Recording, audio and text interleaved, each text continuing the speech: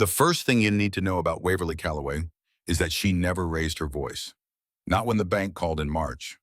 Not when Aldous Dunford stopped his truck on the county road and looked at her like she had lost what sense grief hadn't already taken. Not when her neighbor's son, fresh out of Iowa State with a degree and a firm opinion about everything, stood at the edge of her property and explained to her in patient professional language why what she was doing would not work. She never raised her voice because she did not need to. She had the ground on her side, and the ground did not argue. It just held. It is the spring of 1990, and we are standing at the edge of a dry creek bank in Hartwell County, Iowa, watching a 48-year-old widow plant grass that nobody in this part of the state has ever heard of. The creek is called Bitter Creek, which is a name that suits it. It runs along the eastern edge of her property for just over half a mile before it joins the Little Monto and heads north toward the Missouri River. In a dry year, Bitter Creek is gravel and memory. In a wet year, it moves. In a bad year, it moves fast, and it moves wide, and it takes whatever is in its path. Waverly had been watching this creek since she was a girl. She went by Wren, then a name her father had given her when she was 3 years old and trying to climb a fence post, and the name stuck in the way that names stick when they fit. Nobody in Hartwell County called her Waverly unless they were writing her a check or angry with her. She had no interest in formality for its own sake. She had enough real things to think about. She is working with a spade and a bucket of water and a paper bag of planting slips she ordered from a supplier in Georgia in March, a month when the ground was still half frozen, and the neighbors who passed her mailbox and saw the Georgia return address had no way to know what was coming.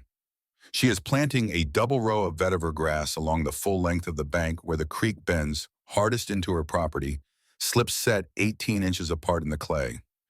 The work is slow and her hands are dirty to the wrist, and she is exactly where she wants to be. Aldous Dunford comes through on his way to the feed store.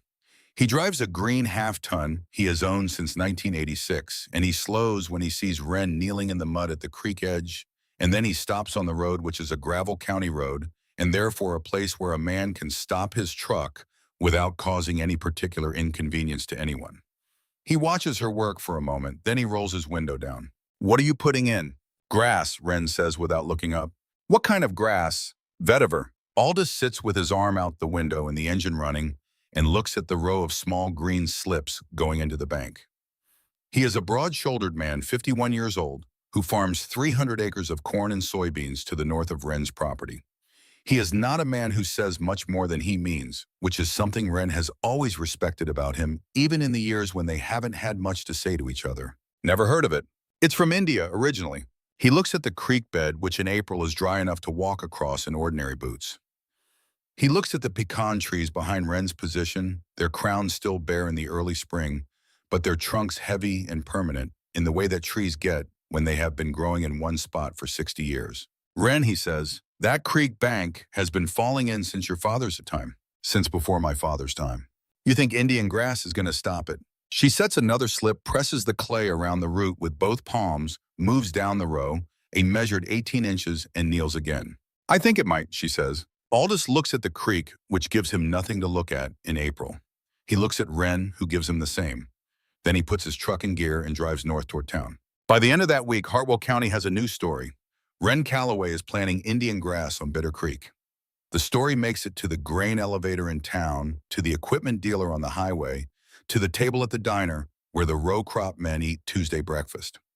At every stop, it gets a little simpler and a little funnier, because Waverly Calloway is not the kind of person this county expects to be doing something unusual. She is a widow with a pecan orchard. She drives a truck that needs new shocks.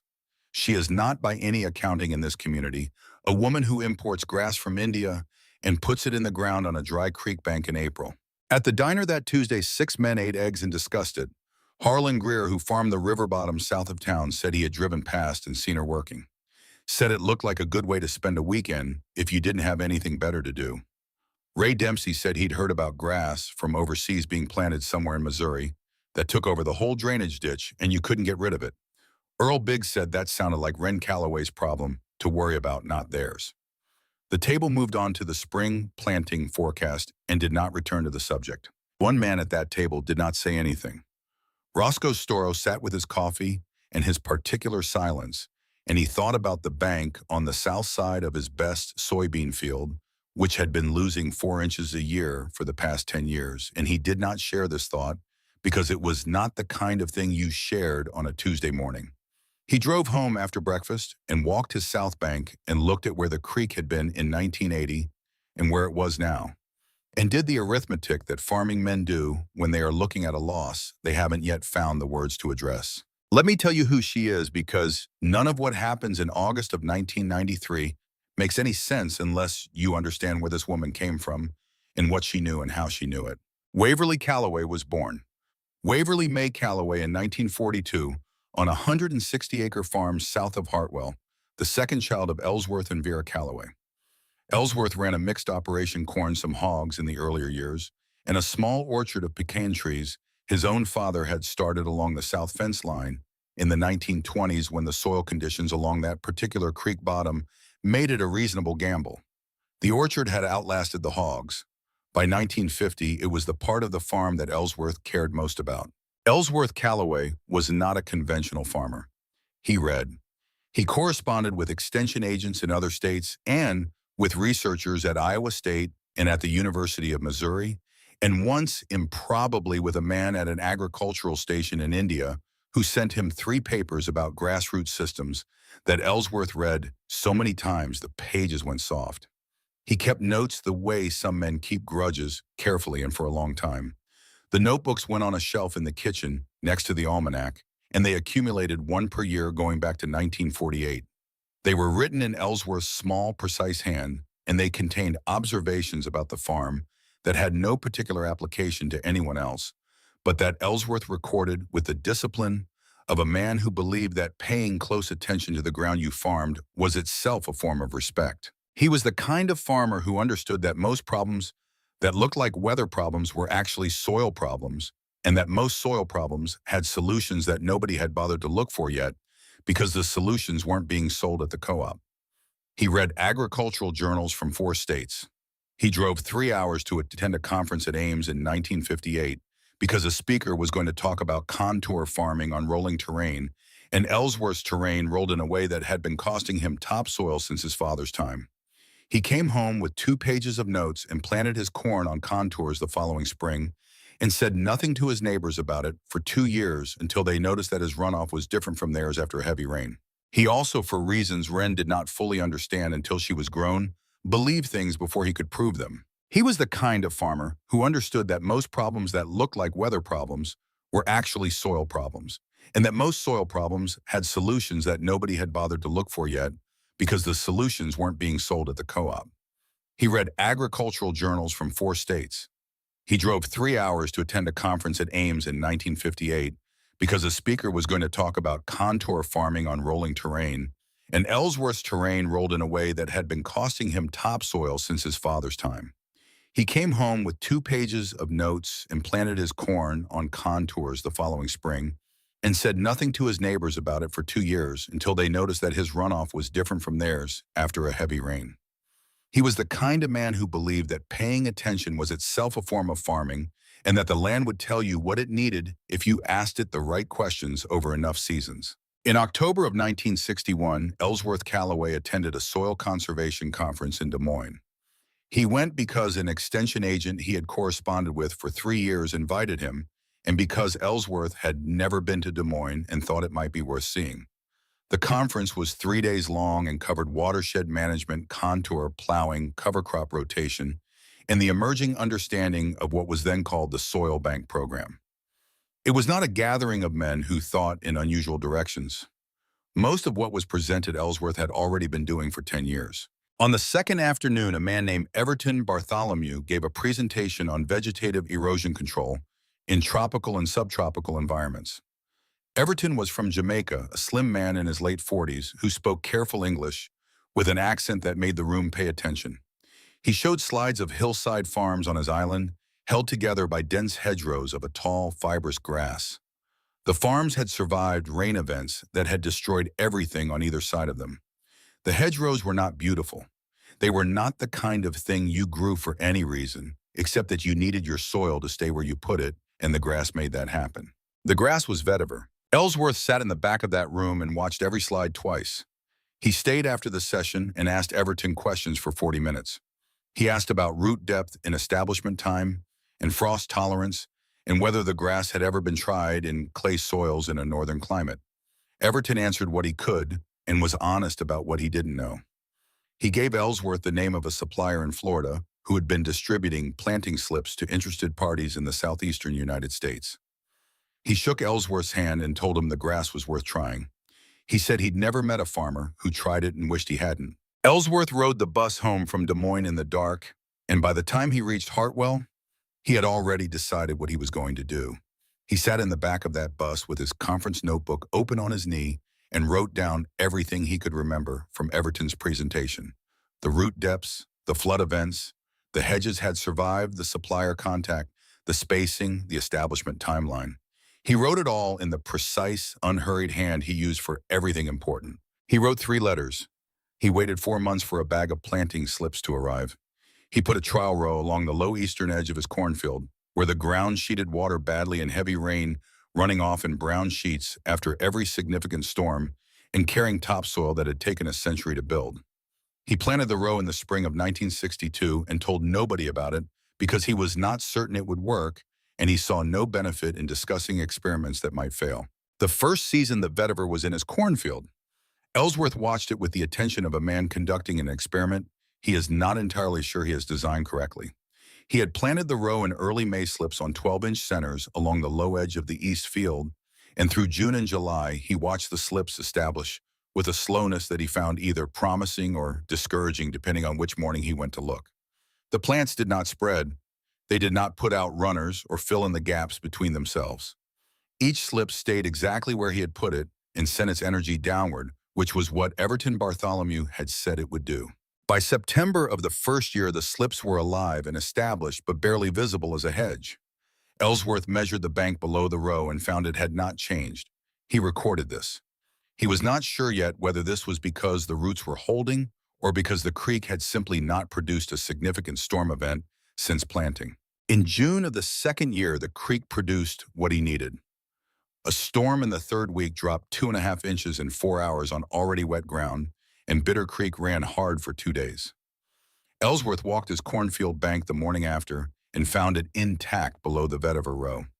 He walked the bank 50 feet upstream, where there was no hedge, and found the usual light erosion, the soft upper clay missing the gravel, subsoil exposed along the waterline. He stood between the 2 sections and looked from one to the other. Then he went home and wrote in his notebook, "Storm June 18th, row intact, adjacent unprotected bank shows standard post-storm erosion. Row bank shows none. Year 2, beginning to understand what Everton meant." It worked. Not dramatically, but Ellsworth could see it. Over 3 growing seasons, the ground immediately upslope of the row built up a measurable ridge of dark soil, a half-inch of earth that had been running away for a generation and was now staying put. He showed Wren on a Saturday afternoon in the early autumn of 1969, when she was 27 years old and had been back on the farm for 3 years after a brief and unsuccessful attempt to make a life in Cedar Rapids.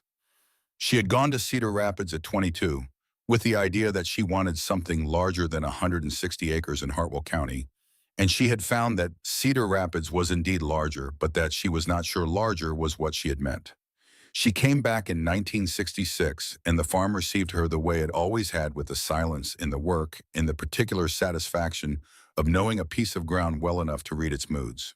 When she returned, she walked the east bank in her first week back and marked the new creek edge with stakes, then found the stakes her father had set in 1963 in a coffee can in the equipment shed and compared the 2 measurements, 13 feet in 3 years.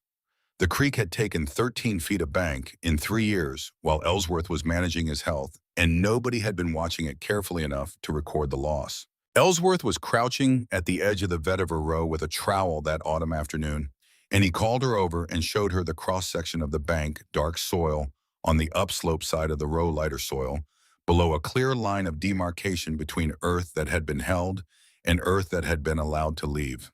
"This grass catches what would leave," he said. He pressed his thumb into the dark soil above the row. "It doesn't fight the water. It just stands there and holds on, and the water has to go around it." Wren had been farming long enough by then to understand what she was looking at. She knelt next to her father and looked at the trowel, and looked at the difference in the soil color and understood in the practical way that farmers understand things that she was looking at years of invisible work made visible. She remembered it the way you remember things your father says when he is showing you something he is genuinely proud of. She did not forget it. Ellsworth Calloway died in January of 1981, 10 years after the heart attack that first slowed him and 6 years after the one that should have finished him but didn't. He left the farm to his 3 children equally. His older son had been in Cedar Falls since 1965 and wanted nothing to do with 160 acres in Hartwell County. His younger daughter had married a man in Ames and had her own life. Wren had come back to the farm in 1966 and never left again. She bought out her siblings over 7 years at fair value, which meant selling some equipment and taking on a note at First Farmers Bank that would take until 1992 to pay off. She kept the pecan orchard. She expanded it in the early 1980s, planting new trees in the rows along the creek bottom, where the soil was deep and the water table was reliable. By 1985, she had 68 trees in production and another 40 coming on. Pecan trees in full production are worth tending carefully, and Wren tended them the way her father had, with records on each tree going back to the first harvest in 1931 with pruning schedules that her neighbors found excessive, with an attention to the particular character of each tree that could only come from spending 30 years watching the same trees in the same ground. A pecan tree planted in the 1920s in the bottom ground of an Iowa creek is not just a tree, it is a document. It carries in its rings the record of every wet spring and dry July and late frost since before the Depression. The root system of a 60-year-old pecan tree extends 30 feet in every direction from the trunk and descends 12 feet into the creek bottom subsoil. It is a living anchor for the bank, and it is also entirely dependent on that bank staying where it is. When the bank goes, the tree goes. And when the tree goes, 60 years of growth and production and family history goes with it, not recoverable in any time frame that matters to a person standing in the present. Her husband, Fitch Calloway, worked the orchard with her for 11 years. Fitch was not a farmer by inclination. He was a man who loved Wren and understood that loving Wren meant learning to work the ground she was committed to, and he did it without complaint and with a patience she thought about for a long time after he was gone. He was a big man who had grown up in a small town on the Illinois side of the river, and he had come to farming late and learned it by watching and asking and making mistakes in the early years and not making them again. He was good at the work by the time he died, which was the fall of 1987. A grain auger he had been operating in the equipment shed ran a gear wrong. The machine did what machines do when they run wrong, and Fitch was standing in the wrong place. He was 45 years old. The coroner was brief in his assessment, which was the kindest thing anyone said in the first week. After Fitch died, Wren found that grief took up a physical space in the body that she had not expected. Not in her chest where people said it lived, but in her hands, which for several weeks did not know what to do without another person to work alongside.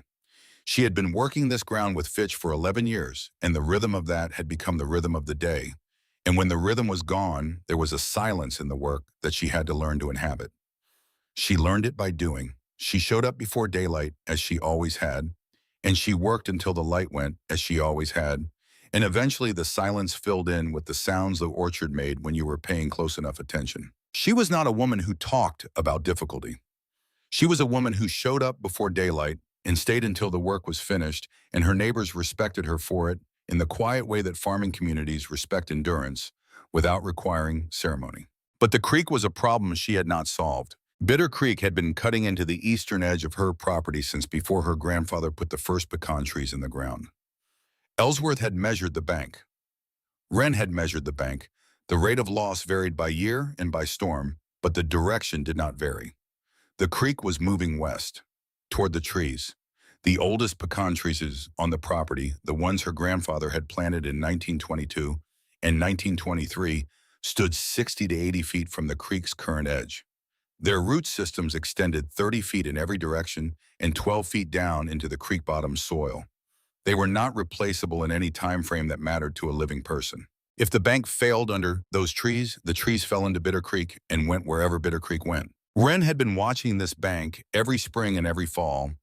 Since she was old enough to carry a measuring rod, she had the records going back to 1963 when Ellsworth had put the first stakes in the creek edge after a hard spring rain took 6 feet of bank in a single night. The loss rate was not consistent. In a dry year, the creek barely moved. In a wet year, it took 2 or 3 feet. In a bad year, it took more. The average over 25 years of measurement was about 14 inches per year. 14 inches per year at the rate the creek was bending into the east property line meant that the oldest pecan trees would reach the bank edge in roughly 30 years. That was without a catastrophic flood event.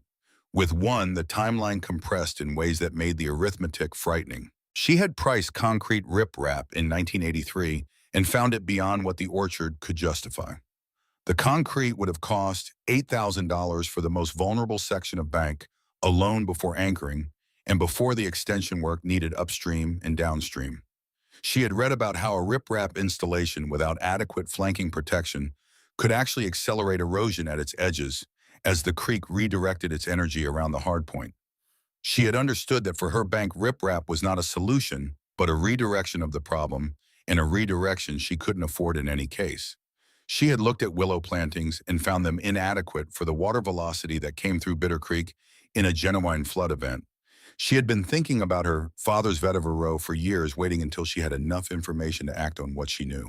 Then she found the report. In 1989, the Extension Service Bulletin that Ellsworth had subscribed to since 1952, and that Wren had continued subscribing to after his death, carried a brief mention of a publication from the World Bank on vetiver grass and erosion control.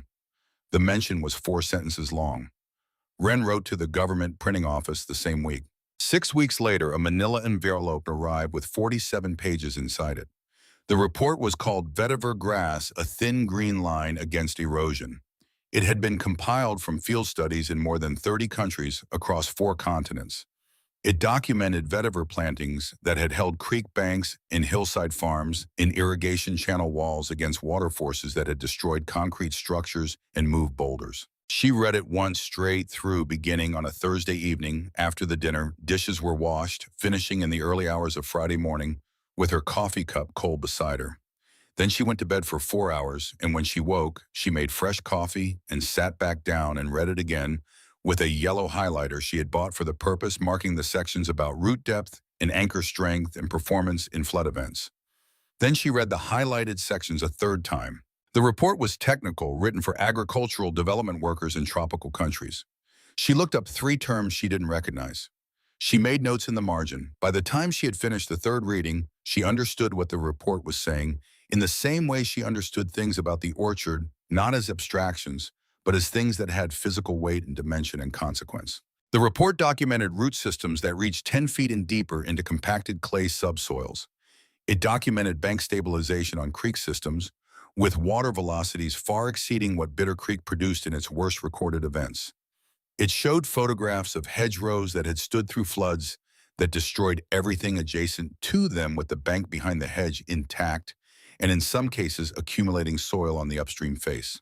It also documented something her father's trial row had shown her 30 years before, but in numbers she could now cite vetiver planted on a bank does not merely hold the soil that is already there.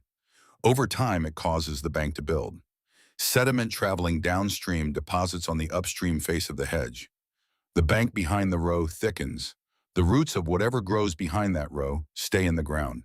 The report did not limit its attention to the tropics. There was a section on vetiver applications in the southeastern United States in Alabama and Georgia, where agricultural extension workers had been experimenting since the early 1980s. Each country's data showed the same result in the same soil types roots that went straight down banks that held sediment that accumulated on the upstream face. The grass worked in clay. The grass worked in sandy loam. The grass, according to 47 pages of compiled evidence, worked. Wren underlined that section twice. She ordered the planting slips in March of 1990 from a supplier in Georgia. She ordered enough for a double row planted on 18-inch centers along 300 feet of the bank where the creek bent hardest into her property. The total cost was $60, including shipping.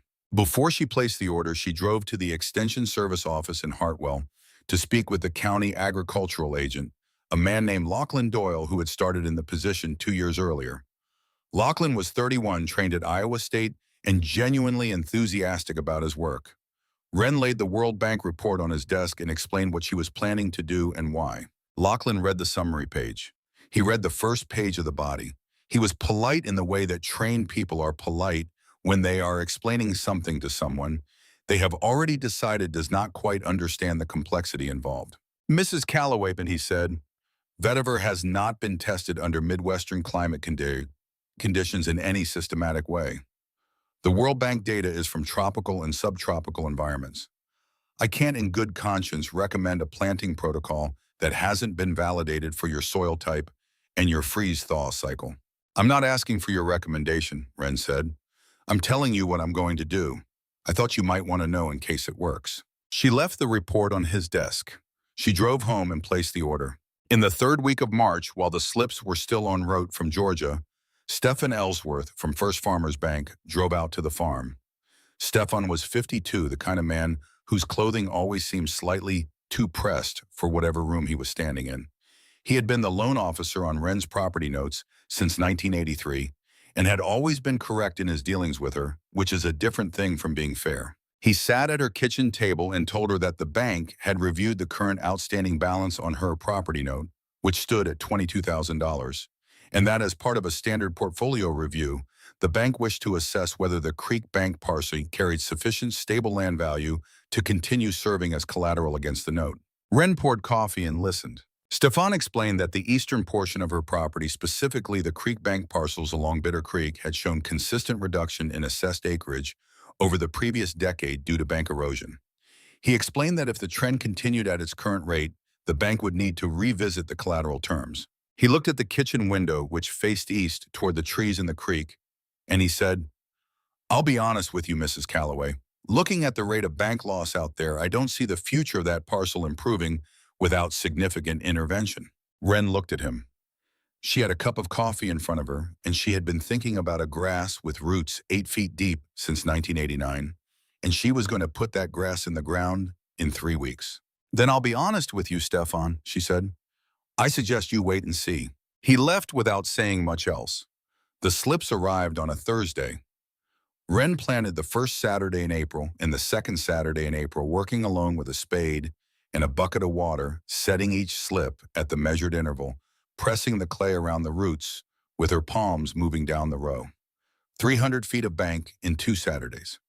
Her knees ached by the end of the first day and her back ached by the end of the second, and she did not mention this to anyone. On the second Saturday in the afternoon, Ardeen Dunford pulled into the farm drive. Ardeen was Aldis's wife, 45 years old, a woman who had lived on the farm to the north of Wren's property since 1971, and who had always found ways to be kind that were not quite kindness. She brought a loaf of bread she had baked that morning, and she stood at the edge of the drive and watched Wren work at the creek bank and then walked down the slope to where Wren was kneeling. Wren, she said, can I ask you something? Go ahead.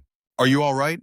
Ardeen looked at the row of small green slips at the muddy knees of Wren's work pants at the empty paper bag from the Georgia supplier. I mean, doing this alone, all of it, after Fitch. She paused in a way that meant more than the pause contained. Some of the women at church have been wondering if you need someone to help you think through things. Wren sat back on her heels and looked at Ardeen. She looked at her for a long enough moment that Ardeen shifted her weight. I appreciate the bread, Ardeen, Wren said. The grass is fine. The thinking is fine. If Aldous wants to come look at the bank, he's welcome anytime. Ardeen left. Wren planted the last 50 feet of the row before dark. After Ardeen left, Wren finished the row in the failing light, setting slips by feel as much as by sight because the April evening came down fast. When the last slip was in and pressed, she walked the full length of the row. Once in the dark, 300 feet of small green stems barely visible against the clay bank.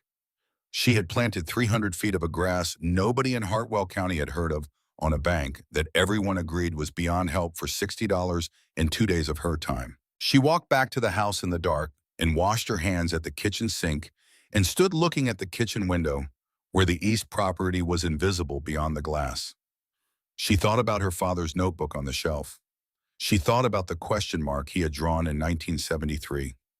She thought about Everton Bartholomew from Jamaica, who had stood in a conference room in Des Moines in 1961 and shown slides of hillside farms to a room full of Iowa men who had no particular reason to believe him, and one of those men had written down everything he said and taken it home and done something about it. She dried her hands. She made coffee. She sat at the kitchen table and was quiet for a while, the way she was quiet on evenings when the day had been full of something that mattered. Now let me explain what vetiver does in the ground, because you cannot understand August of 1993 without understanding what this grass was doing beneath Wren Calloway's creek bank for the 3 years between April of 1990 and the night the storm came through. A vetiver plant in its first growing season sends its roots straight down, not sideways, not in the spreading network that most grasses use to hold topsoil, straight down at a nearly vertical angle into whatever the earth offers. By the end of the first season, the roots reach 2 feet. By the end of the second, 4 feet. By the third year in the heavy clay subsoil along a creek bottom in this part of Iowa, the roots of a mature vetiver hedge reach 6 to 8 feet into the earth, well below the zone where drought affects most plant life and well below the zone where frost penetrates. The above-ground plant is stiff and fibrous, about 3 feet tall, at maturity.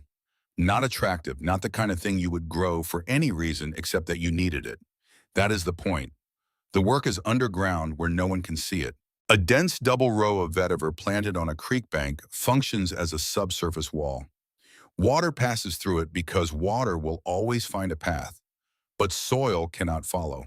The roots hold each grain of clay and silt in place against water velocities that would move everything else in the bank. The soil behind a mature vetiver hedge does not erode. It accumulates. Sediment coming downstream deposits on the upstream face of the row. The bank thickens. The roots of whatever grows behind the hedge trees cover crops native grass stay in the ground. Ellsworth Callaway had shown Wren this principle with a trowel in a cornfield in 1969. The World Bank had documented it at scale across 4 continents in 1989. Wren was now demonstrating it on Bitter Creek in 1990 for reasons she could explain in 47 pages of cited research if anyone asked her to, which almost nobody did, buddy. By the fall of 1990, the slips had established. The roots were in the clay. By the spring of 1991, the rows were knee-high and filling in the hedge, visible now as a distinct line of stiff green grass along the bank edge. Wren walked it twice a year, spring and fall, with a measuring rod. She recorded the measurements in a notebook she kept on the kitchen shelf next to her father's notebooks. The bank was not moving. She told no one at the elevator. She said nothing at the diner. She went about her work. In the notebook her father had kept since 1948, there was an entry from 1973. Wren had read it so many times since his death that she could have written it from memory. It was dated October 14th. It read, "Brower's Field lost the east corner to the creek in last night's storm. 3rd time since 1961. Thinking about the vetiver row on my cornfield. Could it hold a creek bank? Never tried it on something moving that fast. If the roots go deep enough, can the water still win?"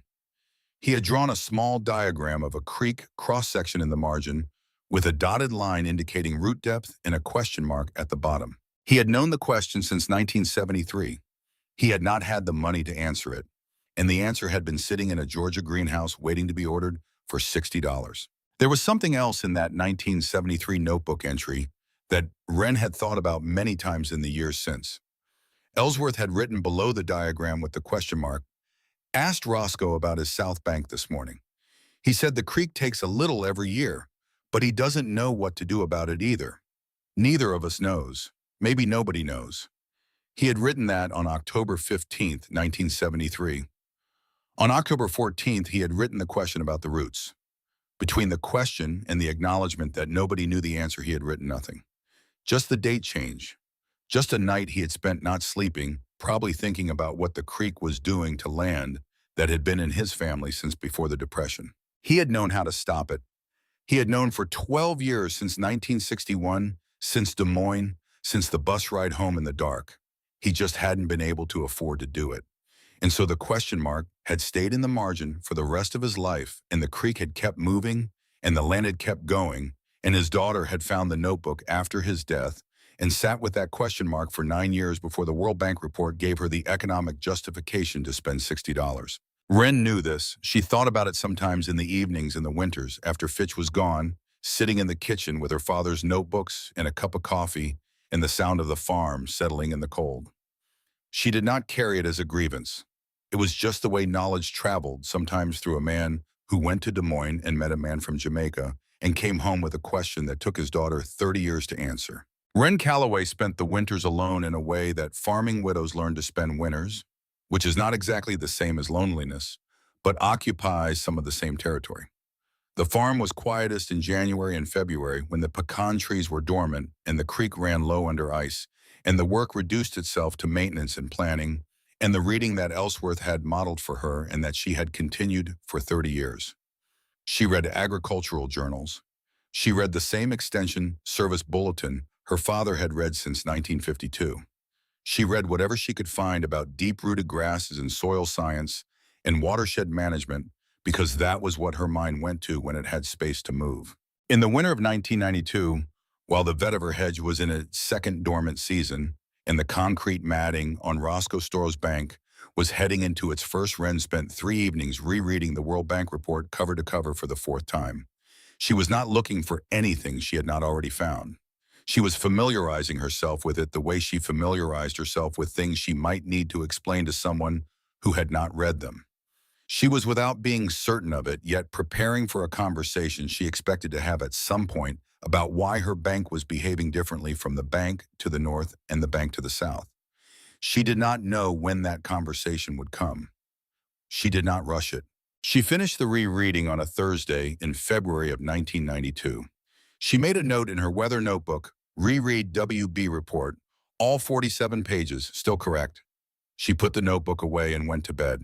18 months later, in August of 1993, she walked the bank after the flood and found the hedge standing and the bank unchanged, and she knew the report had been correct, not because she reread it, but because the ground told her so.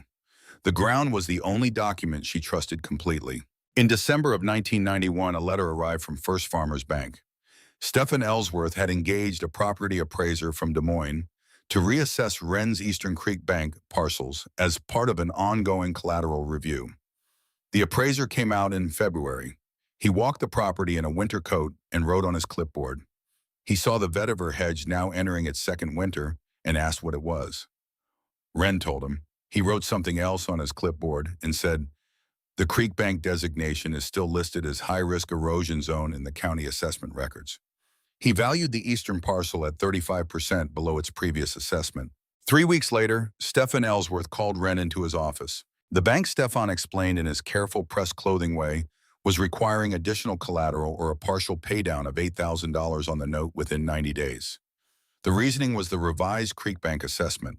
The eastern parcel no longer supported the original collateral ratio. Wren had brought the World Bank report. She placed it on Stephen's desk. He looked at it the way people look at something they have already decided not to read. "Mrs. Calloway," he said, "I'm not a scientist, I'm a creditor. The assessment is the assessment." "Then I'll have your $8,000 in 90 days, Wren said. Wren walked out of First Farmers Bank into the February cold and sat in her truck for a moment before starting it. $8,000 in 90 days. She had 3 seasons of stored pecans in the climate-controlled barn, the surplus from years when the market was low, and it was better to hold than to sell. She had been holding them against a dry year or an emergency or an opportunity, and what Stephen Ellsworth had just told her was apparently all 3. She started the truck. She drove home. She made a cup of coffee and sat at the kitchen table and did the arithmetic on a notepad, working through what the peak in inventory would bring at below-market rates if she moved it quickly. When she was done, she had the number she needed. It would leave her with less margin than she wanted. It would mean watching a buyer take away 3 years of stored harvest at a price that made her jaw tighten. But she could do it. Then she went out to the east fence and walked the full length of the vetiver hedge, which was in its second spring and standing 4 feet tall in the clay bank and holding every grain of soil in place against the current moving through Bitter Creek. The bank behind the hedge was not going anywhere. Whatever Stephen Ellsworth's assessment said, the grass was there. The roots were 8 feet down. The bank was not going anywhere. She went back to the house and called the buyer in Des Moines. She sold 3 seasons of reserve-stored pecans at below-market price to a buyer in Des Moines who was glad to get them. She walked into First Farmers Bank 87 days later and placed a cashier's check on Stephen's desk. She placed it the way a person places something that does not need to be explained. "Next time you come out to the property," she said, "I'd like you to walk the creek bank with me." Stephen said he appreciated her business. He did not commit to a walk. She drove home. The vetiver was in its second spring, 4 feet tall, now dense and wiry along the bank edge, and the measurements she had taken in April showed nothing. No movement, no loss. While she had been selling stored pecans to keep her collateral ratio acceptable, to a man who had not read 47 pages of documentation, the grass had been doing what she had asked it to do. She made a note of the bank measurements in her notebook. She noted the date of the bank transaction and the amount. She put the notebook back on the shelf. She went out to the orchard and began the spring pruning work. Roscoe Storrow heard about the vetiver hedge from his nephew, who had heard about it from a man at the elevator who had driven past the farm in summer and seen the unusual hedge along the creek. Roscoe drove out one afternoon in October of 1991, unannounced, and Wren saw his truck pull up to the east fence line when she was working in the orchard. She walked down. Roscoe was 59, a lean, deliberate man who had farmed 220 acres to the south of Wren's property since his father retired in 1973. He grew corn and soybeans. He was not a man who visited without reason, and his reason was standing between his best soybean ground and Bitter Creek, where the bank had been losing 4 inches a year for the past decade. He stood at the east fence and looked at Wren's hedge in silence for a long time. The hedge was in its second autumn past knee height, the individual plants starting to merge into a continuous, dense line along the bank edge. "Your father planted something on his cornfield," he said finally. "Years ago, I always wondered what it was." "Same grass," Wren said. Roscoe nodded. He asked how deep the roots went. She told him. He looked at the bank behind the hedge, which showed nothing because there was nothing to show, and that was the entire point. They were standing there in the October light when Crispin Storrow's pickup came down the road. Crispin was 28, Roscoe's only son, who had graduated from Iowa State the previous spring with a degree in agricultural science. He had come back to help run the operation and had been helping with the confidence of a man who had recently learned everything there was to know about farming. He parked and walked to the fence and looked at the vetiver hedge. "Is that what I think it is?" he said. Wren told him what it was and where it had come from and how it had been in the ground since 1990. Crispin listened with the expression of someone running a calculation. "Mrs. Calloway," he said carefully, "vetiver grass is not included in any USDA watershed management protocol for the upper Midwest. That's not an accident. The Extension Service doesn't have data on how it performs in freeze-thaw conditions here. The World Bank studies are from tropical climates." Wren looked at him. He was 28 years old and he was standing next to a hedge that had been holding a creek bank through 2 Iowa winters. "Lachlan Doyle at the Extension Service told me the same thing," she said. "He said that in the spring of 1990, the hedge is taller than you are now." Crispin looked at the hedge. He looked back at Wren. He was not a bad man. He was a young man who had been trained to trust validated data from recognized sources, and he had not yet accumulated enough years to understand that the thing standing in front of him could be the data. Roscoe said nothing during this exchange. He stood with his hat in his hands and looked at the bank and looked at the hedge and did not take his eyes off the creek. They left together in Crispin's truck. 2 days later, Roscoe called Wren. "Crispin thinks I should put in riprap," he said. "Concrete matting anchored down. He says it's the proven method." Wren was quiet. "How much?" she asked. $12,000, maybe more with the anchoring. She thought about the $60 and the 2 Saturdays. "That's your decision to make, Roscoe," she said. He did it. He borrowed the $12,000 from First Farmers Bank from Stefan Ellsworth in November of 1991 and had the concrete matting installed along 400 feet of his creek bank before the winter set in. The matting went in on a cold week in November, a crew of 4 men working in the mud along the creek edge, anchoring the concrete panels into the clay with steel pins. When they were done, the bank looked solid and protected in a way that Roscoe had been wanting it to look for 10 years. Crispin stood at the edge and nodded. Wren walked her own bank that same November. Measured, recorded. The hedge was moving into its second dormant season. The bank showed nothing. That was still the whole story. That winter was long, and the spring came late, and the winter after that was longer. And Wren walked her bank in April and in October and wrote numbers in her notebook and thought about her father's question mark in the 1973 entry. In February of 1993, Roscoe found a section of the matting that had shifted, not catastrophically, just a 400-pound concrete panel that had pivoted 6 inches in a January melt event and left a gap at its lower edge. Crispin came out and looked at it and said it needed to be re-anchored and an additional mat placed over the gap. $3,500 more. They did it. Wren heard about it from Roscoe when he called her in March. The creek found the edge, he said. She did not say anything. I know what you're not saying, Roscoe said. I'm not saying anything, Wren said. I know, he said, and he hung up. The winter snowpack across the upper Midwest that year was heavy. The Weather Service had been issuing outlooks since February. Farmers along the river bottoms were moving equipment to high ground in March. The levee districts held meetings. But what nobody projected correctly was what was coming in June and July and August, and what it would do to every creek bank in this part of Iowa before it was finished. The last thing that happened in April of 1993, while the snow was still on the ground in the northern part of the state, was that Stephen Ellsworth drove past Wren's farm on his way to an appointment in the county seat. He slowed his car at the east fence line and looked at the vetiver hedge, now entering its fourth growing season, a dense wall of stiff grass along the bank edge. He looked at it for a moment, and then he drove on, and he went back to his office and made a note in Wren's file. Creek bank parcel vegetation intervention of unclear type. Recommend continued monitoring. He was in his way paying attention. He just didn't know yet what he was paying attention to. The rain began on a Tuesday in the second week of June and did not stop in any meaningful way until August. This is not the way Iowa rain works. Iowa gets its rain in events hard and fast with intervals between them that let the topsoil breathe and the drainage ditches empty and the water table settle back to where it belongs.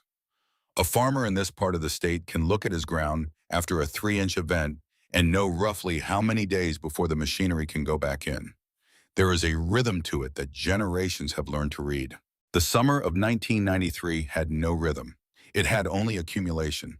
The rain that fell in June of 1993 was not unusual rain by volume alone. Iowa had seen wetter Junes. What made this one different was the continuity. A farmer's relationship with water is a relationship with intervals between storms, between plantings, between the rain and the fieldwork that follows.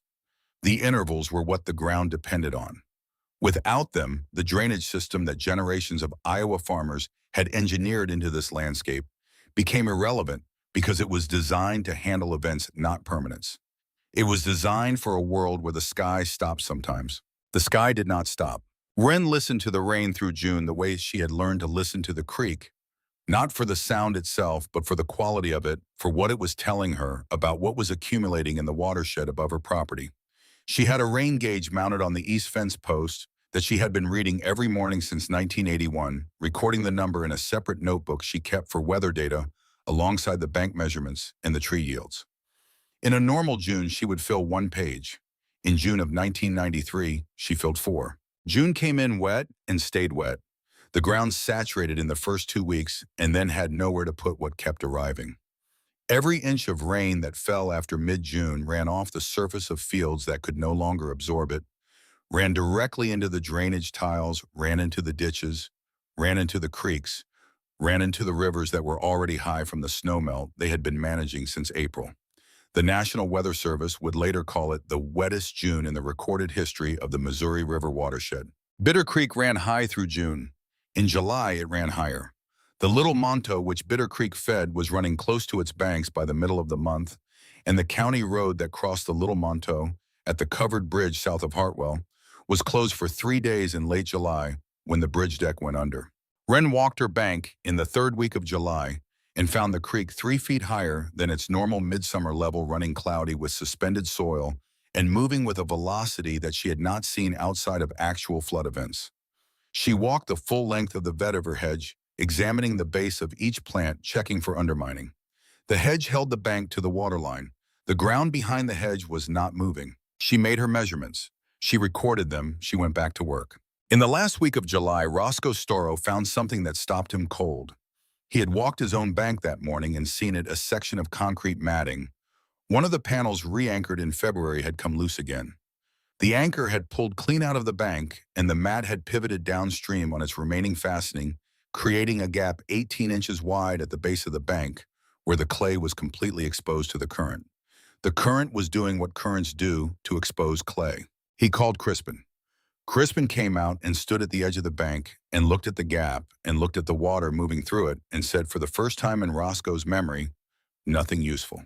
"We'd need to get a crew in here," Crispin finally said. "Close the gap with riprap, fill re-anchor the mat, Maybe put a secondary mat behind it. How long to get a crew? 2 weeks, maybe. Roscoe looked at the gap. In the current moving through Bitter Creek that week, 2 weeks was a geological era. How much? Another 4 or 5,000. Roscoe had already spent $15,000 on this bank. He did not say that. He said, get them scheduled. The crew was available in 12 days. 12 days later was August 4th. Stefan Ellsworth called Wren on the morning of July 29th. He had evacuated his house near the river 3 days earlier and was calling from the bank, which was still open but operating with reduced staff. His voice had a quality she had not heard in it before. Mrs. Calloway, he said, I want to advise you to consider moving any irreplaceable items and important documents away from the creek side of your property. The County Emergency Management Office is issuing guidance for properties within 100 yards of Bitter Creek in the Little Monto. I appreciate that, Stefan, she said. The county flood models are showing potential for significant bank overflow in a major precipitation event. Given your creek bank situation, Stefan, she said, I'll be here. There was a pause. She could hear him deciding something.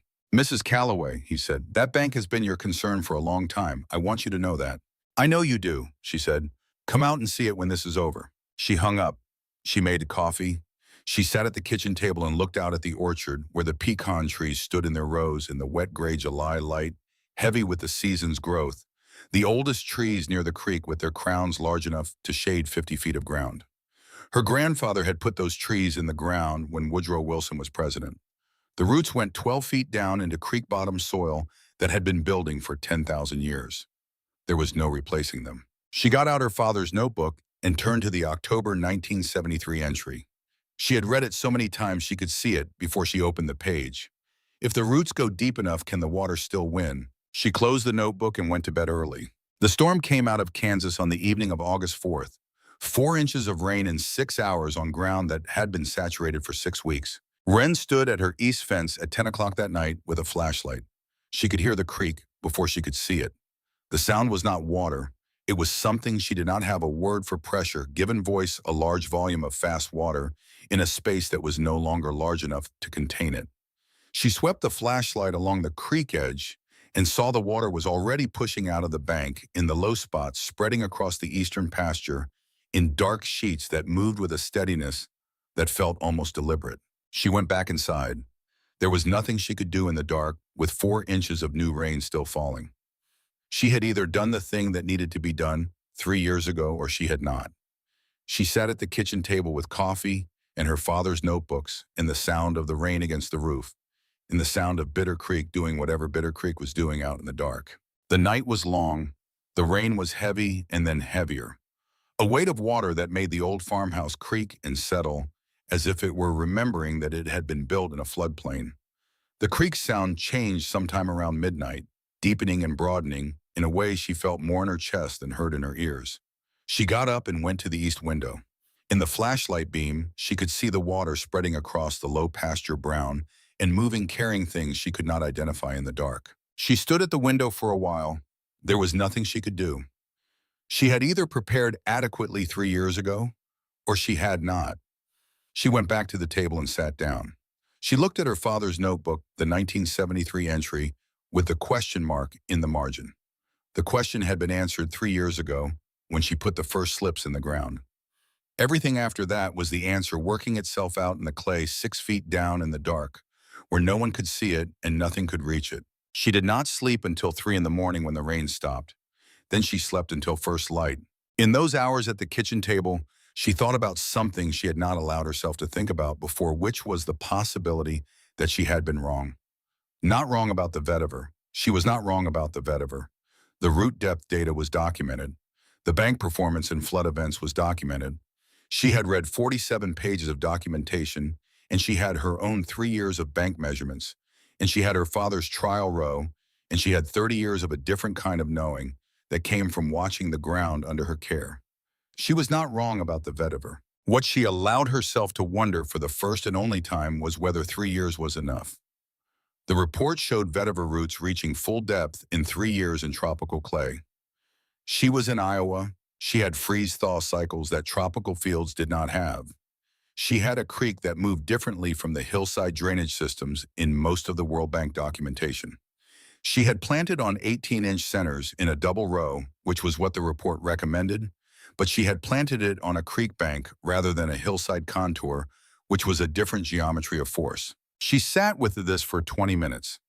Then she thought about the measurements she had taken in April and the measurements she had taken in October of 1992 and the measurements she had taken the morning of August 5th of last year and the way the numbers had been the same through 3 wet springs and 2 hard summer events in one early season flood that had moved the gravel bar 50 yards downstream. She thought about the fact that the bank had not moved once in 3 years, while the unprotected bank sections on both sides of her property had continued their slow westward migration. Then she stopped wondering. She had done what she had done, and it was done, and the creek was doing whatever the creek was doing out in the dark, and the roots were 6 to 8 feet into the clay, where nothing above the surface could reach them. She poured another cup of coffee and picked up her father's notebook, and turned to the 1973 entry and read it again, the question mark in the margin, and she sat with that question for the rest of the dark hours until the rain stopped and she could sleep. She was on the bank at 6:15. The creek was still running high, still brown and thick, with everything it had picked up during the night, still moving faster than she had ever seen it move in daylight. But it was back inside its banks, or close to them. She started at the north property line, where her fence met Aldous Dunford's, and she walked south. What had happened to Aldous' bank was visible from 30 feet away. The upper edge of his north field had sheared off in a clean face of exposed clay. The bank that had been there the night before was now somewhere downstream in the Missouri River. The raw face rose 4 feet above the new creek level. The corn that had been growing up to the old edge was gone root mass and all lying sideways in the new channel. She stood at the fence and looked at it for a long moment. She did not move to Aldous' side of the fence. She turned and walked her own bank. The vetiver hedge was still there. The above-ground plants were bent nearly flat, plastered with silt and debris from the night's flood, some of them half buried in the sediment that had come downstream and deposited on the upstream face of the row. They looked finished.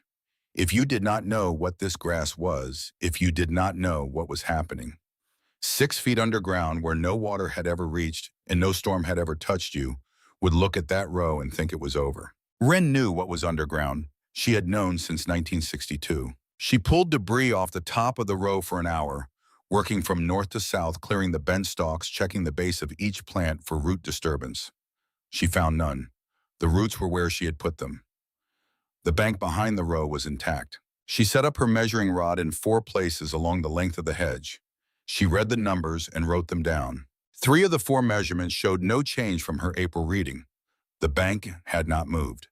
The 4th measurement at a curve in the hedge where the row had caught the most sediment on its upstream face showed the bank had built up by 2 inches since April. Sediment from upstream had deposited on the upstream face of the hedge and stayed there. 2 inches of new earth, while the creek was doing what it had done to Aldous Dunford's field on the other side of the fence. She capped her pen and looked south along the fence line toward Roscoe Storrow's property. What she saw made her still. Roscoe's concrete matting was gone. Not shifted, not pivoted. Gone. The flood had pulled the anchor points clean through the clay, and the mats had been carried downstream. Where the matting had been, the bank had no defense, and the flood had known it.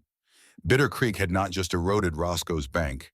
It had found the line of the gap and followed it cutting a new channel through the exposed clay, redirecting 50 feet of its course directly into the eastern edge of his best soybean ground. The field that had been there the day before was gone. Not flooded, not damaged and recoverable. The creek had decided to run through it, and the creek was a more permanent decision-maker than any farmer. Wren stood at the south corner of her property and looked at what she could see. From there, the new channel. Bitter Creek had cut the raw clay walls of it, the standing water in the old channel, the gravel deposit where the soybean field had been. Then she turned north and looked at her own bank, the bent and silted vetiver hedge, the intact clay behind it, the numbers in her notebook. She walked back to the house. She made a second pot of coffee. She sat at the table and wrote the measurements from all 4 stations into her notebook, noting the date and the time and the creek conditions. She did not call anyone. She ate breakfast. She went out and checked the pecan trees, walking the rows from north to south. The trees were there, all 68 of them in production. All 40 of the younger trees.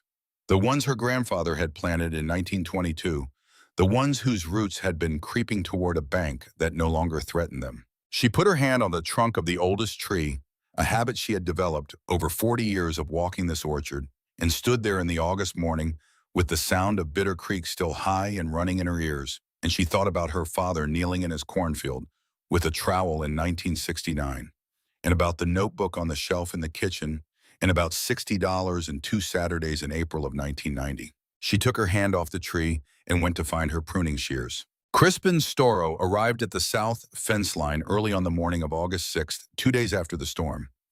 He had come alone before his father was awake, while the mist was still on the ground. He stood at the fence and looked at what Bitter Creek had done to the field that was supposed to have been protected by $15,000 of engineered concrete matting. He stood there for a long time. Then he looked north along the fence toward Wren Calloway's property. The vetiver hedge was still bent from the flood, still silted, still looking like something that had barely survived. But it was there. The bank behind it was there. The same creek, the same flood, the same night. One bank was gone, and a new channel ran through what had been a soybean field. The other bank showed 2 inches of new soil on the upstream face of a row of grass that cost $60. Crispin Storrow was 28 years old, and he was good at the things he had been trained to do, and what he had been trained to do had failed completely and visibly and without any ambiguity. He stood at the fence in the August mist and understood something that no classroom and no validated protocol had prepared him to understand. He drove back to the farm. His father was sitting on the porch with coffee. "Bah," Crispin said. "I need to talk to Mrs. Calloway." Roscoe looked at his son. In 28 years, he had never once heard those words from Crispin, who had grown up certain enough about most things to handle them himself. "Then you should go talk to her," Roscoe said. In the weeks after the flood, Roscoe Storrow did a thing that farmers do after they have lost something they cannot recover. He walked the ground. He went to the old field every morning for 3 weeks in the early light before his other work started, and he walked the edges of what was left and looked at what the creek had made of the rest. He walked the new channel, which was still shallow but already deepening as the current worked at the exposed clay walls. He walked the gravel bar where the best part of the soybean field had been. His son came with him on 2 of these mornings without being asked and walked without speaking. On the second morning, Crispin said, "I'm sorry, Ba." Roscoe looked at his son. "You gave me your best advice," Roscoe said. "My best advice wasn't good enough." "No," Roscoe agreed. "It wasn't." He looked at the new channel. "But you didn't know it wasn't, neither did I. That's different from knowing and being wrong about it." Then Crispin looked north toward Wren Calloway's property, where the vetiver hedge was recovering from the flood stalk. By stalk, straightening up from the sill, the bank behind it unchanged. "I think you should call Mrs. Calloway," Crispin said. "I know you do," Roscoe said. "I knew you did 3 weeks ago." He put his hat on. "I was waiting for you to figure out that you knew it." Crispin drove out to Wren's farm that afternoon. Wren was in the orchard when she heard his truck pull in, and she walked to meet him at the drive. He stood by the driver's door and looked at her. He was a serious young man, and what was in his face was serious in a way she had not seen before. "Mrs. Calloway," he said, "I told my father last year that riprap was the proven method. I told him the vetiver had no validated data for this climate. I was the reason he spent $15,000 instead of 60, and I was the reason his field is a creek channel this morning." He stopped. He was not done. "I want you to know that I know that. I wanted to say it to you directly." Wren looked at him for a long moment. The August light was behind him, and the orchard was behind her, and Bitter Creek was still running high and colored with silt somewhere beyond the tree line. "You applied what you were taught," she said. "The failure isn't yours, it's a gap in what got taught." Crispin exhaled. He had clearly prepared for something harder than that.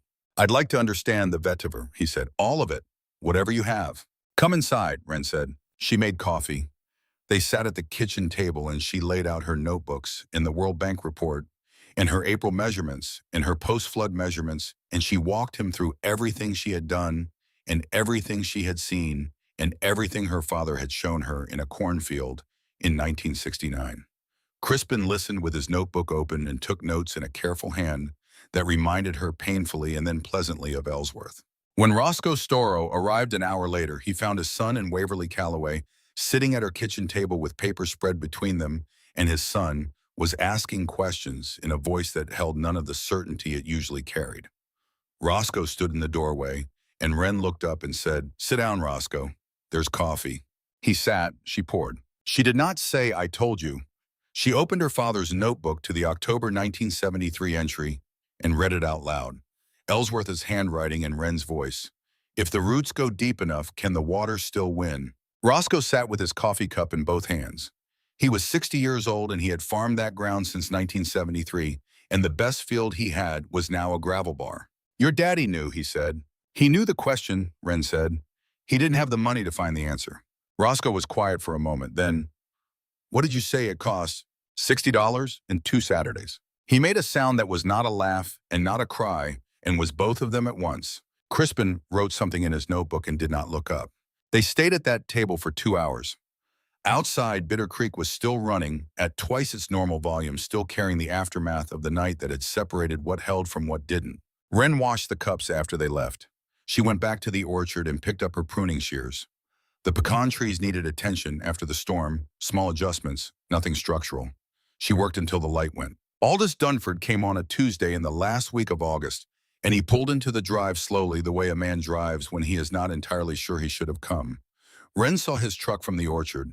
She put down her tools and walked to meet him. He was standing by the driver's door with his hat in his hands, and there was something in his posture that she had not seen in him before. Aldous Dunford was a broad-shouldered man who had been standing straight on this land for 50 years, and he was not standing quite straight this morning. She said his name. He said hers. "You mind if I walk your creek bank?" he said. "Go ahead," she said. "I'll come with you." They went down the slope together through the orchard, past the oldest pecan trees, to the east fence where the two properties met at the creek's edge. They stood at the point where her bank and his bank came together in the same curve of the creek. Her bank, the vetiver hedge still bent from the flood, still carrying dried silt on the upstream face, but the plants themselves coming upright again as the stalks recovered their stiffness over the weeks since the water went down. Behind the hedge, the clay bank was unchanged. Where the upstream side had built up 2 inches before the flood, it had built up further. His bank, a raw clay face dropping 4 feet to the new creek level. The corn that had been growing to the old edge was gone except for the roots still visible in the exposed wall of clay, dangling in the air above a creek bed that had moved itself 3 feet further west. Aldous stood at that line for a long time. The creek was down to near normal levels, running clear now, and it made the ordinary sound of water over rock. "The grass is still there," he said. "Yes? What did you call it?" "Vetiver." He took a few steps north along his bank and looked at the exposed face, the clay striations, the root systems of the field corn hanging free. He had grown corn on that ground for 25 years. The ground was not there anymore. "How deep did you say the roots go?" 6 to 8 feet in this soil. He was quiet for a while. "I stopped on the road," he said. "Spring of 1990. You were planting it." "I remember. I thought—" He stopped. "I know what you thought," Wren said. She said it without any edge to it. It was just a fact between 2 neighbors, and it had been a fact for 3 years. He nodded once. He put his hat back on. They walked back to the house, and she made coffee, and he sat at her table, and she put a cup in front of him, and they were quiet for a moment in the way people are quiet when they are sitting with a thing that has already happened and cannot be changed. "Where did you learn about it?" he finally said. "My father planted a row of it on his cornfield. He showed me when I was young." Aldous looked up. Ellsworth. He met a man from Jamaica at a conference in Des Moines in 1961. The man showed slides of hillside farms that had been held through floods by a hedgerow of this grass. "My father came home and planted a trial row on the low edge of his corn and watched it work for 3 seasons. She paused. In 1989, the World Bank published a 47-page report documenting vetiver plantings in 30 countries. I ordered a copy, I read it, then I ordered $60 of slips from a Georgia supplier. Aldous held his coffee cup. 47 pages, he said. All of it. He was quiet. He was doing the arithmetic of a man who had lost something and was trying to understand the distance between that loss and what might have prevented it. "I'd like to read it," he said. She got up and found the report on the shelf. The original had been through enough hands by then that she kept it in a manila envelope with a rubber band around it. She handed it to him. He held it with both hands and looked at the plain cover. "That's all it took," she said. He turned the cover and read the first lines. He read them slowly, the way a man reads when he knows what he is looking at matters and he does not want to be casual about it. Then he looked up. "I'll bring it back." "Keep it," she said. "I have it memorized." He drove out 20 minutes later. Wren stood at the kitchen window and watched the truck go up the county road. She went back to the orchard. The pecans needed attention. They always did.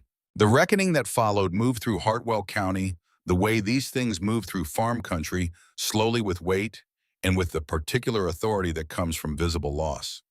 The USDA crop loss assessors came through in September. The insurance adjusters came through. The Extension Service office in Hartwell received more calls about creek bank erosion that fall than it had received in any previous decade. The County Extension Office received 37 inquiries about creek bank stabilization in the 90 days following the August flood. Lachlan Doyle handled most of them personally. He drove out to farms along Bitter Creek and the Little Monto and looked at what the water had done and listened to what the farmers had lost. He walked the new channel that had formed through Roscoe Storo's soybean ground. He looked at the face of Aldous Dunford's cut bank. He took photographs for the county damage report. He also drove on a Tuesday in October to a farm on the Hartwell Road, where the east fence line showed two creek banks side by side that told the entire story of the summer without any further explanation needed. He stood at that fence for a long time, long enough that Wren came down from the orchard to see if he needed anything. He told her what he intended to write. He told her he wanted to include the measurement data from her notebooks. She asked him to be precise about the planting specifications, the row spacing, and the slip density and the time to establishment, because those were the details a farmer actually needed. She asked him to include the name of the Georgia supplier with a mailing address, because without that, the piece was interesting but not actionable. She also told him something she had not told anyone yet in the 4 stations she had measured. The morning after the flood, one of them had shown not just a stable bank, but an accreting one, a bank that was building rather than holding, with nearly 3 inches of deposited sediment on the upstream face of the hedge that had arrived during the flood event and stayed when the water went down.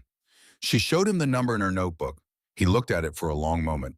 "That's what the report said would happen," he said. "Yes," she said, the report was right. He looked at her. He had told her in 1990 that he could not recommend the planting because the data wasn't there. The data was here now. "Mrs. Calloway," he said, "in the spring of 1990, when you came to my office, I should have—" "Lachlan," she said, "you did what your training told you to do. That's what I'm asking you to do now, except your training has a gap in it, and now you can fill it." He wrote a good piece. He cited the World Bank report. He described a local planting established in 1990 that had come through the August flood without measurable bank loss. He included the $60 figure because he thought it was the detail that would make people pay attention, and he was right. He sent the draft to Wren before publication. She read it and handed it back without changing a word. Roscoe Storo filed his crop loss claim in the second week of September. The adjuster walked his field, which was no longer a field in any agricultural sense, and wrote numbers on a form. Roscoe stood next to him and looked at the new channel Bitter Creek had cut and said nothing. The federal disaster declaration covered the crop loss. It did not cover the permanent loss of farmland to channel migration. The ground was gone. There was also a bank note on the matting loan from First Farmers Bank that would continue to come due regardless, and Roscoe would carry that note for 4 more years before he had paid the last dollar of it. Roscoe Storo's son, Crispin, drove out to see Wren a second time in September, this time with a legal pad full of questions. He had gone back to Iowa State and spoken with 2 professors in the agronomy department. He sat at Wren's kitchen table and asked her about planting density establishment timelines, root behavior in freeze-thaw cycles, and the performance of the hedge in partial submersion versus full submersion events. She answered all of it from memory or from the notebooks. Crispin wrote everything down. He was, she thought, going to be a good agronomist. "Mrs. Calloway," he said before he left, "my father wants to plant vetiver along the remaining bank this spring. He wanted me to ask if you'd be willing to walk that section with him and help him plan the placement." "Tell him to call me in March," Wren said. He was almost to the door when he stopped. "That report you gave me," he said, "the World Bank one, I gave it to Professor Haverstock at Iowa State. He's going to include it in a literature review he's doing on vegetative erosion control in temperate climates. He wants to cite the local field application. Your bank. He'd like to come out and see it if you're willing." "He can come out," Wren said. "Tell him to call first." There is a thing that happened to Wren Calloway's notebooks in the years after the flood that she did not entirely anticipate. They began to circulate. Not the originals, which she kept on the kitchen shelf and would not lend under any circumstances, but photocopies made on the machine at the county extension office, at Lachlan Doyle's request of the bank measurement sections, from 1990 through 1993. The 4 pages of measurements, 19 readings at 4 stations across 3 years in one catastrophic August, became the kind of document that got passed around between people who had a specific interest in what it showed. Professor Haverstock at Iowa State asked for a copy in February of 1994. He received a photocopy. He showed it at a seminar in March. 3 graduate students in the seminar asked for their own copies. One of those graduate students was writing a thesis on vegetative erosion control in temperate agriculture zones and included the measurement data in an appendix with attribution to the original fieldwork and a note about the conditions under which it was collected. The thesis was filed in the Iowa State Library in May of 1995 and sat there unremarkably until a soil scientist from Purdue read it in 1997 while researching a grant application and cited it in the application's supporting materials. The grant was funded. The research it supported included a comparative analysis of vetiver performance across 6 Midwestern creek bank sites. One of the 6 sites was on Bitter Creek in Hartwell County, Iowa, where Crispin Storrow, by then working as a USDA soil conservation contractor, helped set up the measurement stations in the spring of 1998. The aldermans who had owned the farm for 9 years by then allowed the research team full access to the creek bank and to the hedge. The hedge was 18 years old at that point and still holding. The measurements the research team took in 1998 and 1999 matched within a margin of a few millimeters the measurements Wren had taken in her notebook going back to 1990. The research was published in 2001. Wren read the paper when Crispin sent her a copy. She read the measurement section carefully. She had been making the same measurements by hand with a rod she had bought at the hardware store in 1982 for 11 years before the research team arrived with their equipment. The numbers matched. She put the paper in the manila envelope with the World Bank report and the rubber band and went back to her garden. She watched Crispin's truck back out of the drive. Then she went to the kitchen shelf and found her father's notebook from 1973 and opened it to the October entry. She read the question mark in the margin of his small, neat drawing. She thought about a professor at Iowa State who had never heard of a World Bank report written 6 years earlier, who was now going to include it in a literature review because a 28-year-old agronomist had walked to her kitchen table and asked the right questions. There is a thing she thought about sometimes, which was the gap between knowing something and the cost of that gap to the people who did not know it. Her father had met a man from Jamaica in 1961 and come home with knowledge that had sat on a shelf for 29 years and cost 3 farmers more than $50,000 in losses that $60 and 2 Saturdays had entirely prevented. She did not carry this as bitterness. She carried it as the fact it was the way you carry the weight of things that cannot be changed and can only be learned from. Stefan Ellsworth came to see her in September. He did not call ahead. He drove out on a Wednesday morning, and when she walked out to meet him, he was standing at the east fence looking at the creek, and what was in his face was not the expression of a man who had come to discuss loan terms. He looked at her when she reached him and said, "Can I see the bank?" They walked down together. He stood at the fence where the 2 banks met as Aldous had stood and looked at the same difference. 2 years ago, he said, "You brought a report into my office." "Yes." "I didn't read it." She said nothing. "I'd like to read it now," he said. "I gave my copy to Aldous," she said. "He can lend it to you. Roscoe's son has a copy at Iowa State." Stefan looked at the raw clay face of Aldous' bank and hanging corn roots, the 4-foot drop to the new creek level. He looked at Wren's bank, the recovering hedge, the intact clay. "We required additional collateral from you in 1992, he said, because the creek bank assessment showed erosion risk. You did. The bank's collateral value on your property will be revised upward in this year's assessment, he said. The creek bank parcels will be reclassified. I'll see to it that the assessment reflects what's actually there." Wren looked at him. He was doing something that was harder than the thing he had come prepared to do. What he was actually doing was standing at a fence line in September and being honest.